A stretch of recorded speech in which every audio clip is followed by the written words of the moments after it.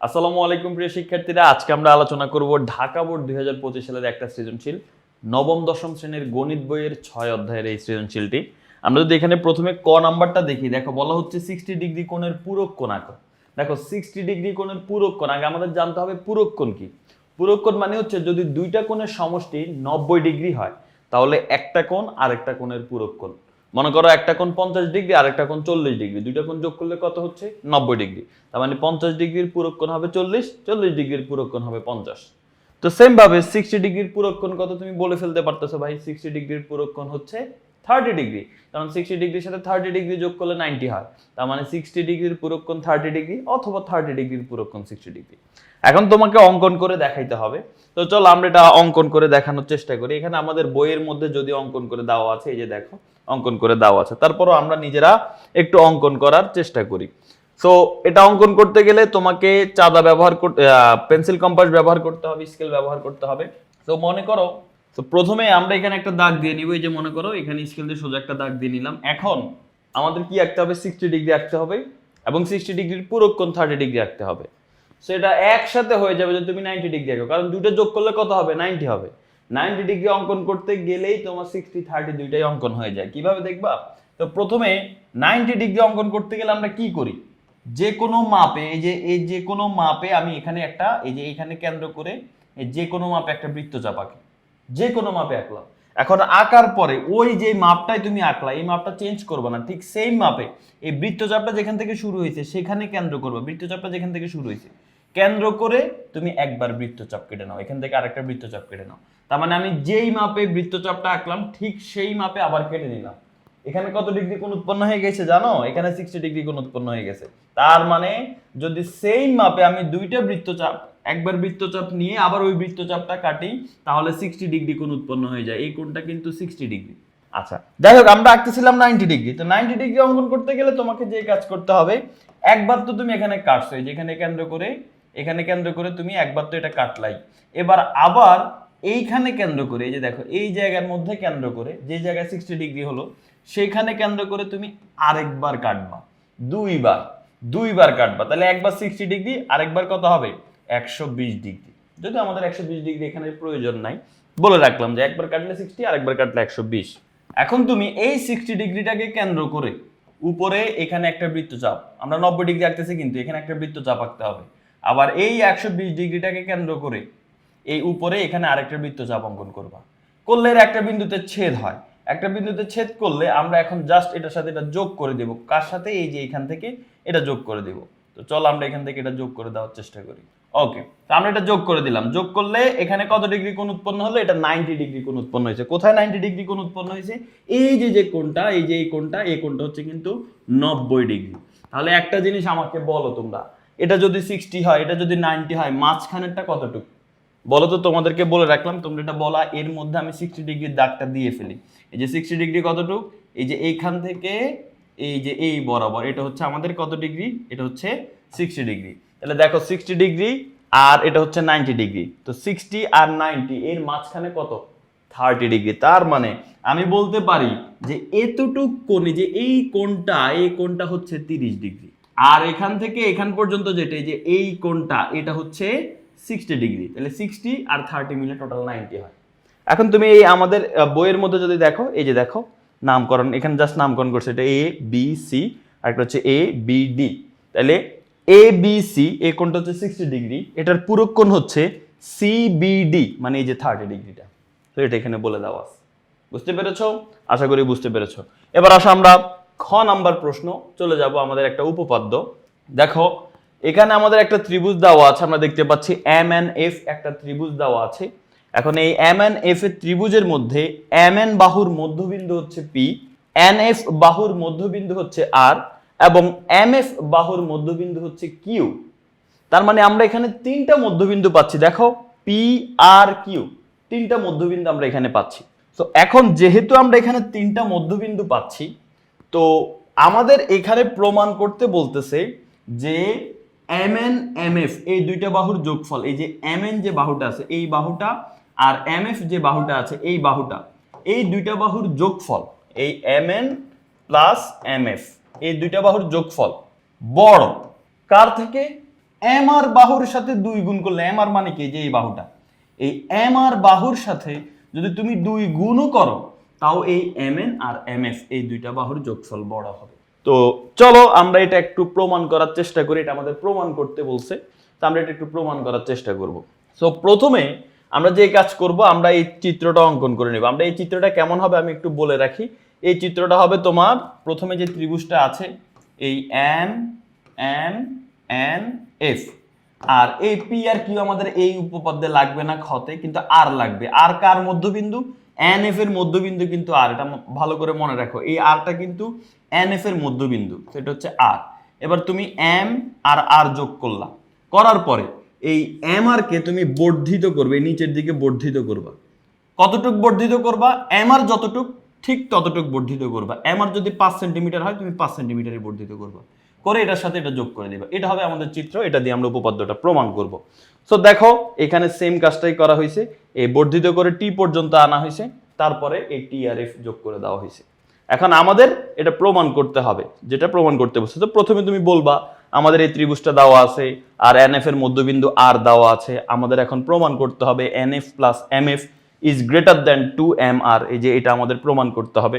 আর অঙ্কনে আমরা কি করছি, এম আর কে টি পর্যন্ত বর্ধিত করছি, এমন ভাবে বর্ধিত করছি যেন এম আর আর আর টি এই দুটো যেন সমান হয়। এরপরে এফ আর টি আমরা যোগ করে দিলাম, শেষ। এবার প্রমাণে এসে আমরা যে কাজটা করব, দেখো এখানে আমরা দুইটা ত্রিভুজকে সর্বসম প্রমাণ করার চেষ্টা করব। কোন দুইটা ত্রিভুজ? দেখো এই যে একটা ত্রিভুজ আছে, এই ত্রিভুজটা, আর এই নিচে আরেকটা ত্রিভুজ আছে, এই ত্রিভুজটা, এই দুইটা ত্রিভুজকে আমরা সর্বসম প্রমাণ করার চেষ্টা করব।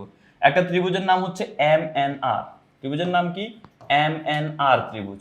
আর আরেকটা ত্রিভুজ কি? আর টি এফ, এই ত্রিভুজটা, ত্রিভুজ আর টি এফ। এই দুইটা যে একদম সমান, একদম সমান মানে সর্বসম, এটা আমরা প্রমাণ করব। তো কিভাবে এটা প্রমাণ করতে পারি? দুইটা ত্রিভুজ সর্বসম কিনা এটা প্রমাণ করার ওয়ে হচ্ছে এই দুইটা ত্রিভুজের মধ্যে 2 বাহু সমান হতে হবে এবং তাদের অন্তর্ভুক্ত কোণটা সমান হতে হবে। দেখো মনে করো তোমাকে কোনো কিছু অনুমান করে বলতে হলো যে এটা আসলে কি। তোমাকে মনে করো যে তোমার কোনো একটা ফ্রেন্ড, খুব ক্লোজ ফ্রেন্ড, সে হচ্ছে হেঁটে আসতেছে কোনো জায়গা থেকে, মনে করো দূর থেকে অন্ধকারের মধ্যে আবছা আবছা আলোর মধ্যে হেঁটে আসতেছে। এখন তোমাকে বললো আচ্ছা বলো তো কে আসতেছে। এখন তুমি তো 100% শিওর না তোমার ওই ফ্রেন্ড, তুমি দেখে কি বলতে পারতেছো? তুমি দেখে বলতে পারতেছো, দেখতেছো যে তার হাঁটার স্টাইলটা তোমার ওই ফ্রেন্ডের মতো, যার কথা আমি বললাম যে তোমার পরিচিত যে ক্লোজ ফ্রেন্ডটা, এবং তার হাইটটাও হচ্ছে ওই রকমই, তারপরে হচ্ছে তার চলাফেরার স্টাইল সব কিছু দেখে মনে হচ্ছে ওই ফ্রেন্ড। তো কয়েকটা জিনিস দেখার পর তুমি কনফার্ম হয়ে গেল যে হ্যাঁ এটা আমার ওই ফ্রেন্ড। এখন তুমি বলতে পারলা যে হ্যাঁ এটা আমার ওই ফ্রেন্ড। তুমি অল্প কয়েকটা জিনিস দেখে, তাকে কিন্তু এখনো তুমি পুরোপুরি দেখো না, অল্প কয়েকটা জিনিস দেখে বললা যে হ্যাঁ এটা আমার ওই ফ্রেন্ডটা। যখন তুমি বলে ফেললে এটা তোমার ওই ফ্রেন্ড, এখন তুমি ওই ফ্রেন্ডের সব বিস্তারিত বলতে পারবা। হ্যাঁ তার এই হয়েছে, তার এই আছে, তার ওই আছে, তার ওই আছে। এগুলো তুমি কিন্তু শুরুতে বলতে পারো না, আগে তোমাকে দেখতে হবে যে এটা তোমার ওই ফ্রেন্ড কিনা। যখন তুমি শিওর হয়ে যাবে হ্যাঁ এটা আমার ওই ফ্রেন্ড, এখন তুমি কিন্তু বিস্তারিত আরো অনেক কিছু বলতে পারবে। হ্যাঁ তার 2টা হাত আছে, তার 2টা চোখ আছে, তার বাবার নাম এটা, মায়ের নাম এটা, কিন্তু তুমি বলতে পারবা। সেম ভাবে এই দুইটা ত্রিভুজ কি সর্বসম কিনা? সর্বসম মানে একদম সমান। এটা 3 বাহুর সাথে এটা 3 বাহু সমান, এটা 3 কোণের সাথে এটা 3 কোণ সমান, একদম সমান। তো এখন যদি এই দুইটা ত্রিভুজ সর্বসম হয়, এটা কিভাবে এই সর্বসমটা আমাদের প্রমাণ করতে হয়? আমাদের কিন্তু একসাথে সব বলে দিবে না প্রশ্নে যে হ্যাঁ এই বাহু এই বাহু সমান, এই বাহু এই বাহু সমান, এই বাহু এই বাহু সমান, এই কোণ সমান, সবকিছু বলে দিবে না। কয়েকটা জিনিস বলবে, তুমি ধরে নিতে হবে। যেমন ওই যে তোমার ওই ফ্রেন্ডের অল্প কয়েকটা জিনিস, তার চাল চলন দেখে তোমাকে ধরে নিতে হবে সেটা তোমার ওই ফ্রেন্ড। সেম ভাবে এই দুইটা ত্রিভুজের ক্ষেত্রেও তাই। দুইটা ত্রিভুজের ক্ষেত্রে কি তুমি দেখবে এই দুইটা ত্রিভুজের 2 বাহু সমান কিনা, এবং ওই 2 বাহুর মধ্যবর্তী যে কোণগুলো আছে এই কোণগুলো সমান কিনা। দেখো আমরা যদি এটা এখন প্রমাণ করতে পারি তাহলে আমরা বলতে পারি ত্রিভুজটা সর্বসম। তো প্রথমে আমরা যদি এই ত্রিভুজটার কাছে আসি, এই যে উপরের এই বাম পাশের ত্রিভুজটা, এই ত্রিভুজের এন আর বাহু আর আর এফ বাহু, এই দুইটা বাহু কিন্তু সমান। এন আর সমান হচ্ছে আর এফ, এই দুইটা বাহু কিন্তু সমান। কেন? কারণ প্রশ্নে বলছে আর কি, আর হচ্ছে এন এফ এর মধ্যবিন্দু, প্রশ্নে বলছে না? তো প্রশ্ন যেহেতু বলছে আর হচ্ছে এন এফ এর মধ্যবিন্দু, তাহলে এন আর আর আর এফ তো সমান হবেই। তো এই জন্য আমরা লিখছি N R equal to R F. Okay, তাহলে দুইটা ত্রিভুজের এক বাহু সমান হলে এবার আরেক বাহু সমান করতে হবে। সেটা কি? সেটা হচ্ছে M R equal to R T. M R equal to R T. কেন ভাইয়া?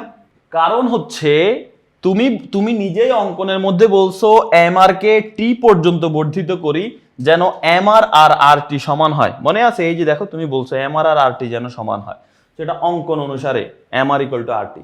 তাহলে দুইটা বাহু কিন্তু সমান হয়ে গেছে। আর একটা কোণ যদি এখন এই দুইটা বাহু, যে দুইটা বাহু, এই যে এই বাহু আর এই বাহু সমান হয়েছে, এখন এই দুই বাহুর মধ্যবর্তী যে কোণ, এই দুই বাহুর মধ্যবর্তী যে কোণ, এই দুইটা কোণ যদি সমান বলতে পারি তাহলে ত্রিভুজ দুইটা সর্বসম। এখন আমরা বিপ্রতীপ কোণ অনেকেই জানি। বিপ্রতীপ কোণটা কি? যদি দুইটা রেখা একটা আরেকটাকে ছেদ করে তাহলে কয়টা কোণ উৎপন্ন হয়? 1 2 3 4, চারটা কোণ উৎপন্ন হয়। এই চারটা কোণের মধ্যে তুমি যে কোনো একটা কোণ, কেন মনে করো আমি এই কোণকে নিলাম, এই কোণের বিপরীতে যে কোণ থাকবে এই দুইটা কোণ সমান হবে, এদেরকে বলা হয় বিপ্রতীপ কোণ। সেম ভাবে তুমি যদি এখানে আবার এই কোণটার বিপরীতে যে কোণটা থাকবে এই দুইটাও সমান, এটাও বিপ্রতীপ কোণ। তাহলে এখানে খেয়াল করো, এই বাহু আর এই বাহু ছেদ করলো না, করাতে চারটা কোণ উৎপন্ন হয়েছে। এই চারটা কোণের মধ্যে এই যে এটা একটা কোণ, এটা একটা কোণ, এবং এটা বিপরীত দিকে আছে, তো এই দুইটা কোণ সমান হবে, এদেরকে বলা হয় বিপ্রতীপ কোণ। তাহলে এই ত্রিভুজের একটা কোণ আর এই ত্রিভুজের একটা কোণ কিন্তু সমান, আমরা প্রমাণ করে ফেললাম। তো নাম কি দিবে? এটার নাম M R N. M R N, এই কোণটা সমান কি? এই কোণটা সমান হচ্ছে এফ আর টি। এফ আর টি। তার মানে এই দুইটা ত্রিভুজের দুই বাহু এবং তাদের মধ্যবর্তী কোণগুলোও কিন্তু আমরা কি করে ফেললাম? সমান বলে ফেললাম। তাহলে এখন আমি বলে ফেলতে পারবো ত্রিভুজ দুইটা সর্বসম। তাহলে এখন আমি বলবো যে ত্রিভুজ এম এন আর এবং ত্রিভুজ আর টি এফ, এই ত্রিভুজ দুইটা হচ্ছে সর্বসম। বুঝতে পারছো? তাহলে প্রথম কাজ হচ্ছে এই দুইটা ত্রিভুজকে আমাদের সর্বসম প্রমাণ করা, করে ফেললাম। এখন তোমাদেরকে আমি কি বলছি? দুইটা ত্রিভুজ যদি সর্বসম, ওই যে তুমি যখন চিনে ফেললা ওইটা তোমার ওই ফ্রেন্ডটাই, তুমি তার বাবার নাম মায়ের নামও এখন বলে দিতে পারতেছো। তো এখন যেহেতু সর্বসম, সর্বসম মানে কি? তিন বাহুই সমান, তিন কোণই সমান, তার মানে এই বাহু আর এই বাহু কিন্তু এখন সমান, অর্থাৎ এম এন আর টি এফ, এই দুইটা বাহু কিন্তু এখন সমান। সো আমরা এখন বলে দিতে পারবো যে কেন কেন সমান? কারণ যেহেতু ত্রিভুজ দুইটা সর্বসম আর এই বাহু সমান, এই বাহু সমান, তার মানে 3 নম্বর বাহুর সাথে 3 নম্বর বাহু সমান হবে। তখন আমরা বলে দিতে পারি যে অতএব M N equal to T F. M N equal to T F. আশা করি বুঝতে পেরেছো যে আমরা এই বাহুটা এতক্ষণ ধরে এই এম এন সমান টি এফ এটা প্রমাণ করার জন্যই এত কাহিনী করলাম। ওকে, এখন আসো পরের স্টেপ কি? এটা প্রথম স্টেপ শেষ, এখন পরের স্টেপেই প্রমাণ হয়ে যাবে। দেখো পরের স্টেপটা হচ্ছে আমরা এখন আরেকটা ত্রিভুজ নিয়ে কাজ করব। সেই ত্রিভুজটা হচ্ছে এই যে ডান পাশের বড় ত্রিভুজটা, এই যে দেখো এই ত্রিভুজটা নিয়ে আমরা কাজ করব। এই ত্রিভুজটার নাম কি? এই ত্রিভুজটার নাম হচ্ছে এমটিএফ ত্রিভুজ। তাহলে এখন আমরা লিখব ত্রিভুজ এমটিএফ। এই ত্রিভুজের দেখো একটা ত্রিভুজের একটা বেসিক শর্ত আছে, সেটা কি? ওই ত্রিভুজের যে কোনো দুই বাহু যোগ করলে 3 নম্বর বাহু থেকে বড় হবে। যে কোনো ত্রিভুজের তুমি যেভাবেই ত্রিভুজ আঁকো না কেন, দুই বাহু যোগ করবা, করলে বাকি যে বাহুটা থাকবে তার থেকে এই যোগফলটা বড় হবে। তাহলে এই ত্রিভুজের আমি দুই বাহু নিব। কোন দুই বাহু? এই যে এম এফ আর এফ টি। এই দেখো M F plus F T, এই দুইটা বাহু যদি আমি যোগ করি এটা বড় হবে কার থেকে? বাকি যে বাহুটা আছে এই ত্রিভুজের বাকি বাহুটাকে এমটি থেকে বড় হবে, বাকি বাহুটা থেকে কি হবে? বড় হবে। আচ্ছা, এখন আমি এম এফ এর জায়গায় এম এফ রেখে দিচ্ছি, কোনো সমস্যা নাই। এফ টি এর জায়গায় আমি চেঞ্জ করব। কি চেঞ্জ করব? ভাইয়া এফ টি কার সমান? এই যে একটু আগে বলছো এই যে এফ টি বা টি এফ, এই যে টি এফ বা এফ টি যাই বলো না কেন, এটা কার সমান? এটা এম এন এর সমান। এই যে দেখো এটা এম এন এর সমান, একটু আগে তুমি বের করছো। এফ টি মানে হচ্ছে এম এন, তার মানে এই জন্য আমি এফ টি এর জায়গায় লিখে দিব কি? M N. ওকে, তাহলে এফ টির জায়গায় এম এন লিখলাম, গ্রেটার দেন এর জায়গায় গ্রেটার দেন থাকলো। আর এমটি কে আমরা কি লিখতে পারি ভাইয়া বলো তো? এমটি মানে কি? এই যে এখান থেকে এখান পর্যন্ত এটা না এমটি, তো এই পুরাটা যদি এমটি হয়, পুরো এমটি কে আমি বলতে পারি এম আর প্লাস আর টি। কি বলতে পারি? এম আর প্লাস আর টি। এমটি কে আমি কি বলতে পারি? এম আর প্লাস আর টি। ওকে, এবার আসো আমি এম এফ এর জায়গায় এম এফ লিখি, M F plus M N is greater than, M R এর জায়গায় এম আর ই লিখলাম, কোনো সমস্যা নাই, প্লাস আর টি এর জায়গায় কি লিখবো? আচ্ছা, তুমি অঙ্কনের সময় বলছো না যে এম আর কে এমন ভাবে বর্ধিত করি যেন এম আর আর আর টি সমান হয়? এই যে তুমি বলছো এম আর আর আর টি সমান, তার মানে আর টি কে আমি চাইলে এম আর বলতে পারি, কোনো প্রবলেম নাই। এই আর টি কে আমি এম আর বলতে পারি, তাই এই আর টি কে আমি এম আর বলবো। তো এখন আমাদের অ্যান্সার হয়ে গেছে, দেখো M F plus M N is greater than M R যোগ করলে 2mr, এটাই কিন্তু আমাদের প্রমাণ করতে বলছে যে দেখো mf plus mn is greater then 2mr, প্রমাণিত।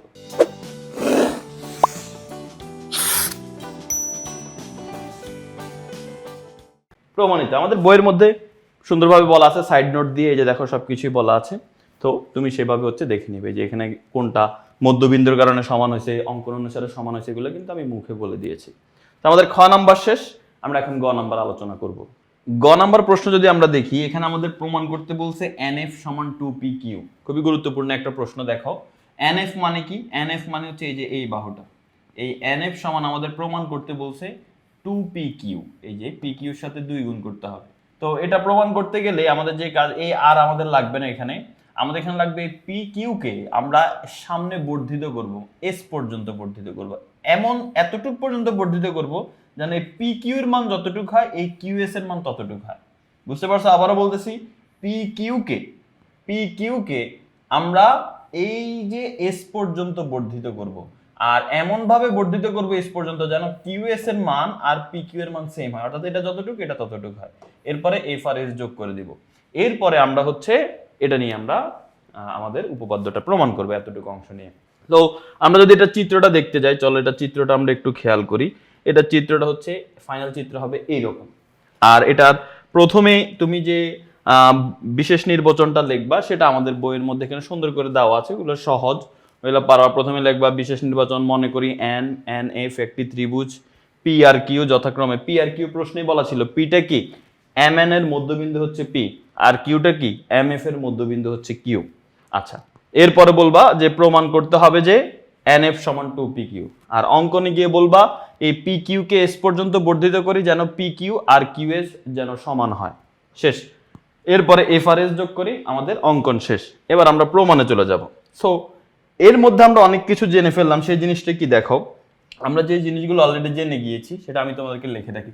p যেহেতু মধ্যবিন্দু, একটু ভালো করে খেয়াল করো, p যেহেতু মধ্যবিন্দু, তাহলে mp আর pn, np, এই এমপি আর এনপি দুটো কিন্তু সমান হবে যেহেতু পি মধ্যবিন্দু।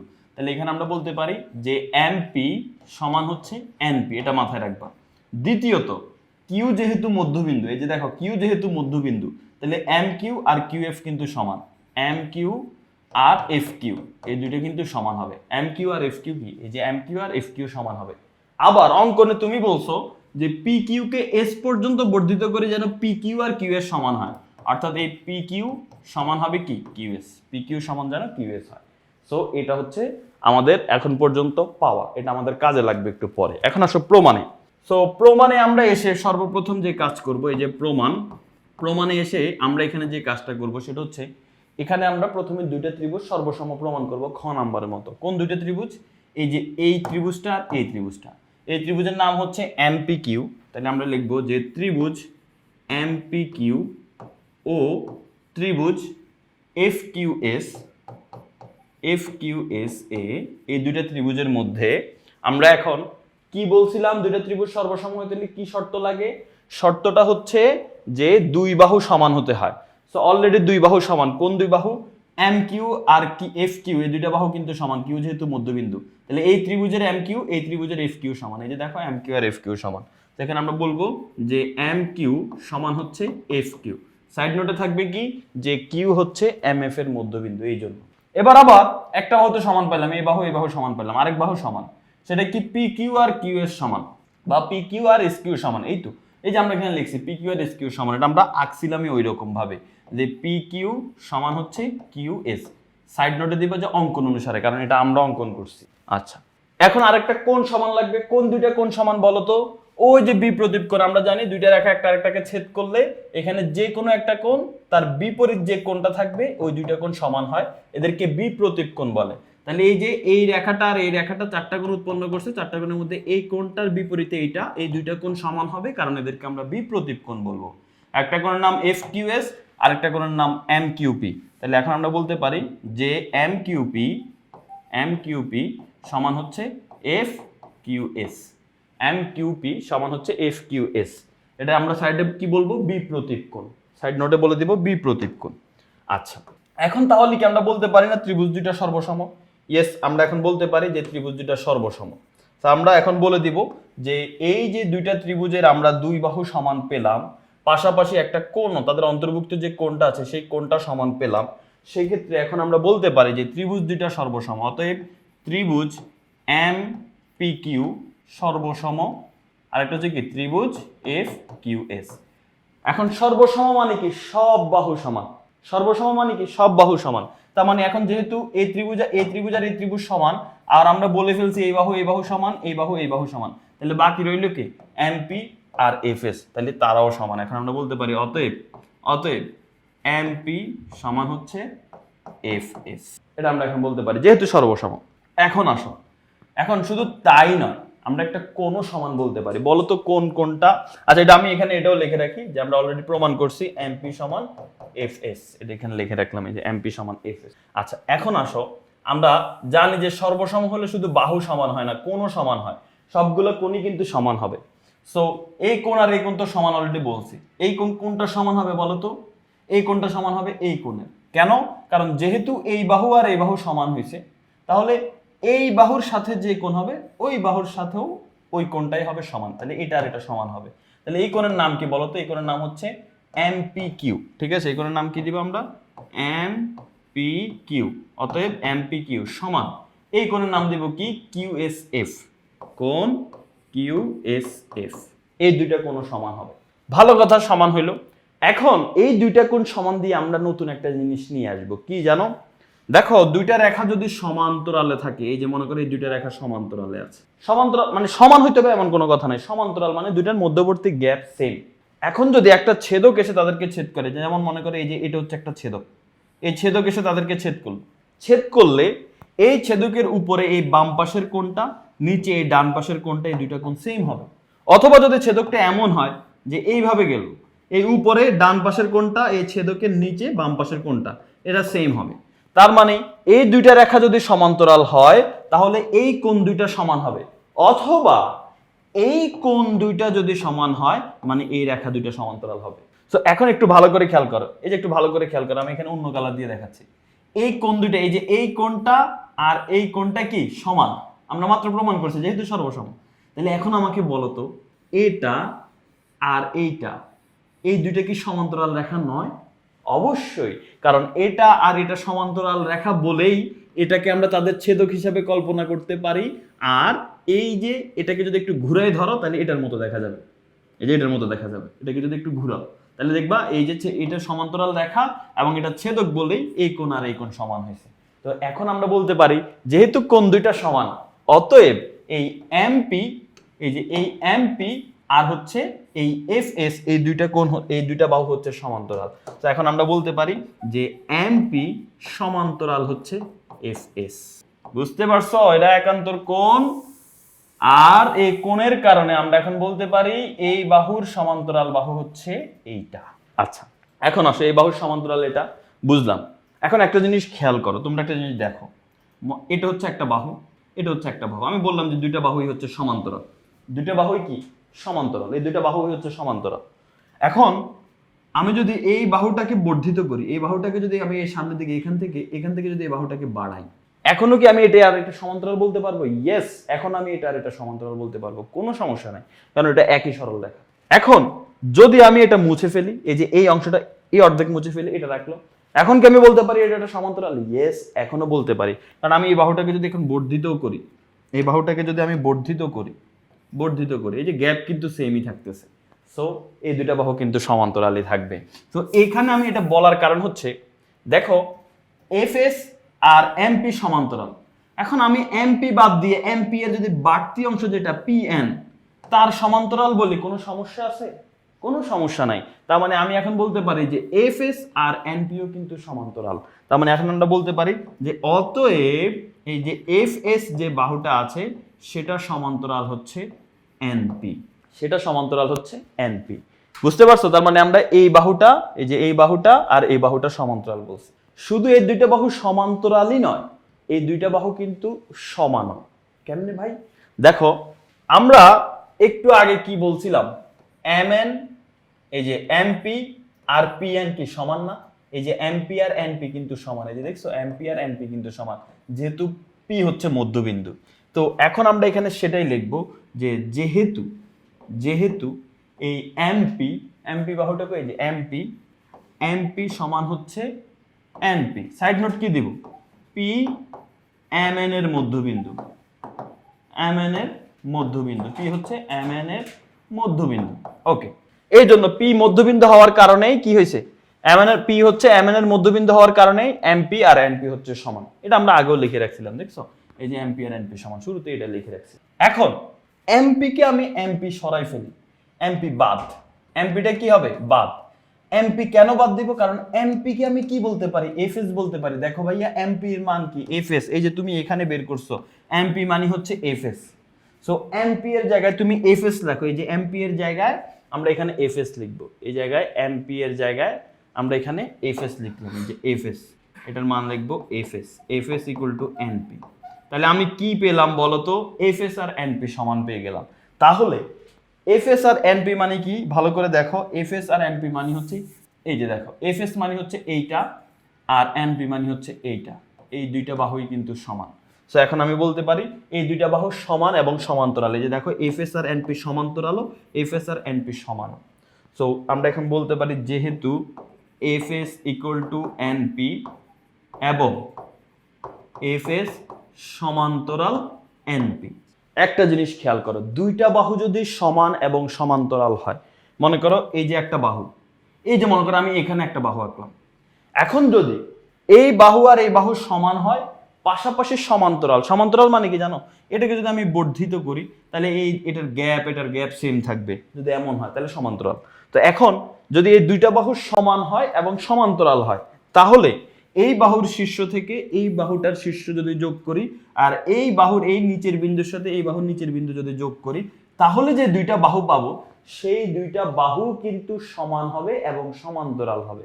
সো যেহেতু এনপি আর এফএস সমান এবং সমান্তরাল, সেহেতু এই এনএফ এর সাথে যদি পিএস তুমি যোগ করো, এনএফ আর পিএস যদি তুমি যোগ করো, তাহলে এই এনএফ আর পিএসও কিন্তু সমান ও সমান্তরালই হবে। তো এই জন্য আমরা বলবো অতএব অতএব বাকি যে দুইটা বাহু ছিল যোগ করার পরে এই যে এনএফ আর এফএস, তাহলে আমরা বলবো এই এনএফ আর এফএস, এনএফ আর হচ্ছে পিএস, পিএস এই দুইটাও সমান্তরাল এবং এনএফ ইকুয়াল টু হচ্ছে পিএস। কথা বুঝতে পারছো, এই বাহু সমান্তরাল এবং সমান। তো দুইটা বাহু যদি সমান্তরাল এবং সমান হয়, তাহলে বাকি যে যোগ করবা তুমি দুইটা বাহু, এই যে এটার সাথে এটা, এটার সাথে এটা যোগ করলে যে নতুন দুইটা বাহু হবে সেই দুইটা বাহু কিন্তু সমান ও সমান্তরাল। এই জন্য আমরা এনএফ আর পিএস সমান্তরাল ও সমান বললাম। এখন আসো শেষ অংশ, আমাদের কাজ অলমোস্ট শেষ। অনেক সময় আমাদেরকে দেখো এটাই প্রমাণ করতে বলে, জানো এনএফ আর পিএস সমান্তরাল, অনেক সময় এটা প্রমাণ করতে বলে, তাহলে আমাদের এটা হয়ে গেছে। কিন্তু আমাদের যেটা প্রমাণ করতে বলছে এই উপপাদ্যে, সেটা আমরা দেখি। সেটা কি, সেটা হচ্ছে দেখো খেয়াল করো, আমরা যদি একটু দেখি এখানে, ওকে আমরা যদি এই জায়গার মধ্যে একটু খেয়াল করি, যে এই জায়গার মধ্যে আমাদের এই যে বাহুটা আছে এনএফ আর পিএস যেহেতু সমান্তরাল, আমরা এখানে প্রথমে লিখি যেহেতু, পরের অংশটা এটা এনএফ ইকুয়াল টু কি পিএস। এবার এনএফ এর জায়গায় আমি এনএফই রাখলাম, কোনো সমস্যা নাই। পিএস কে আমি কি বলতে পারি ভাইয়া বলো তো, পি কিউ প্লাস কিউএস বলতে পারি না? পিএস কে আমি পি কিউ প্লাস কিউএস, এই দুটো যোগ করলেই তো পুরো পিএস হয়। এটাকে আমি লিখতে পারি P Q plus Q S. N F এর জায়গায় এনএফ থাকলো, পি কিউ এর জায়গায় পি কিউ থাকলো, প্লাস পি কিউ এর জায়গায় পি কিউ থাকলো, প্লাস এই কিউএস এর জায়গায় কি থাকবে বলো তো, কিউএস এর জায়গায় পি কিউ আসবে। কেন? ওই যে মনে আছে আমি বলছিলাম যে এই যে পি কিউ আর কিউএস হচ্ছে সমান। কেন? কারণ আমরা বলছিলাম আমরা এমন ভাবে কিউ কে বর্ধিত করে এস পর্যন্ত নেই যেন পি কিউ আর কিউএস সমান হয়।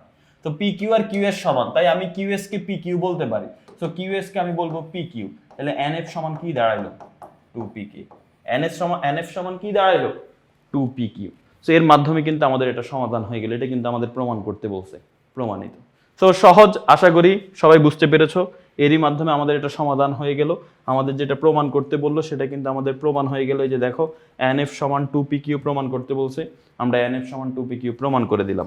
তো পরবর্তী আরেকটা ভিডিওতে তোমাদের সাথে দেখা হবে নতুন কোনো সৃজনশীল নিয়ে। একটু ভালো করে পড়ালেখা করো, বুঝে বুঝে উপপাদ্যগুলো দেখো এবং একটু প্র্যাকটিস করবা।